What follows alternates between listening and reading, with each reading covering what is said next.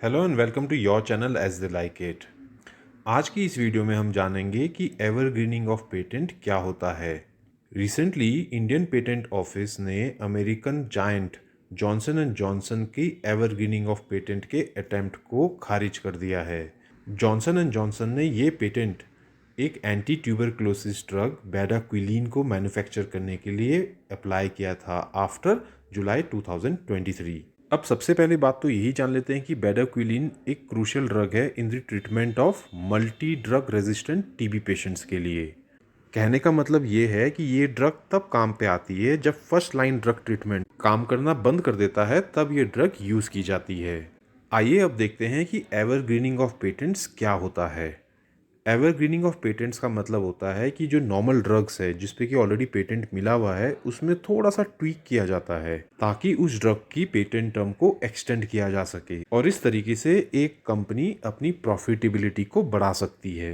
Basic मतलब ये है कि कोई भी कंपनी अपनी पेटेंट टर्म को एक्सटेंड करने के लिए अपनी पेटेंट ड्रग्स में कुछ चेंजेस लाती है ताकि उसकी पेटेंट टर्म एक्सटेंड हो सके, और इस मिस्चीवियस प्रैक्टिस को ही एवरग्रीनिंग ऑफ पेटेंट्स का नाम दिया गया है। यहाँ पे ये बात भी जान लें कि इंडियन पेटेंट्स एक्ट 1970 में कई सारे प्रोविजंस को इंट्रोड्यूस किया गया है ताकि एवरग्रीनिंग ऑफ पेटेंट्स की मिस्चीवियस प्रैक्टिस को रोका जा सके। अगर हम इसको और भी आसान भाषा में समझना चाहते हैं तो पेटेंट बेसिकली एक मोनोपोली राइट होता है जो कि एक इन्वेंटर को दिया जाता है for a limited period of time. India में जो पेटेंट्स ग्रांट किए जाते हैं उनका मैक्सिमम टर्म होता है 20 ईयर्स। किसी भी चीज़ का जब पेटेंट एक्सपायर हो जाता है तो उस पेटेंट की जो इन्वेंशन थी वो पब्लिक डोमेन में चली जाती है, यानी कि वो फ्री फॉर ऑल हो जाती है रिगार्डिंग यूज़, मैन्युफैक्चरिंग, सेलिंग या फिर इंपोर्ट करने के लिए। ऐसे में कुछ कॉरपोरेट कंपनीज क्या करती हैं कि जब उनके पेटेंट्स एक्सपायर होने वाले होते हैं तो वो अपनी मोनोपोली को एक्सटेंड करने के लिए कुछ माइनर सी इनसिग्निफिकेंट वेरिएशंस कर देती हैं अपने पेटेंट्स में, और इसी को ही एवरग्रीनिंग ऑफ पेटेंट कहा जाता है।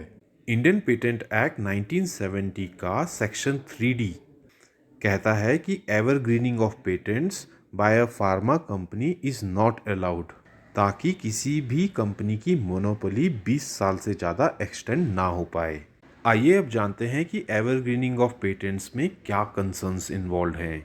सबसे पहला कंसर्न तो ये है कि एवरग्रीनिंग ऑफ पेटेंट्स जो है वो मार्केट से कंपटीशन को ख़त्म कर देती है, और इसकी वजह से जिस कंपनी को पेटेंट मिला होता है वो अपनी ड्रग्स के लिए ज़्यादा चार्ज करती है। बेसिकली वो अपना प्रॉफिट बढ़ाती है जिसकी वजह से कॉस्ट ऑफ हेल्थ केयर जो है वो बढ़ जाती है। एवरग्रीनिंग ऑफ पेटेंट्स का सबसे प्राइमरीली इम्पैक्ट होता है अंडर डेवलप्ड और डेवलपिंग कंट्रीज जैसे इंडिया है, जहाँ पे कि कॉस्ट ऑफ हेल्थ केयर जो है वो काफ़ी बढ़ जाती है बिकॉज ऑफ दिस पेटेंट्स।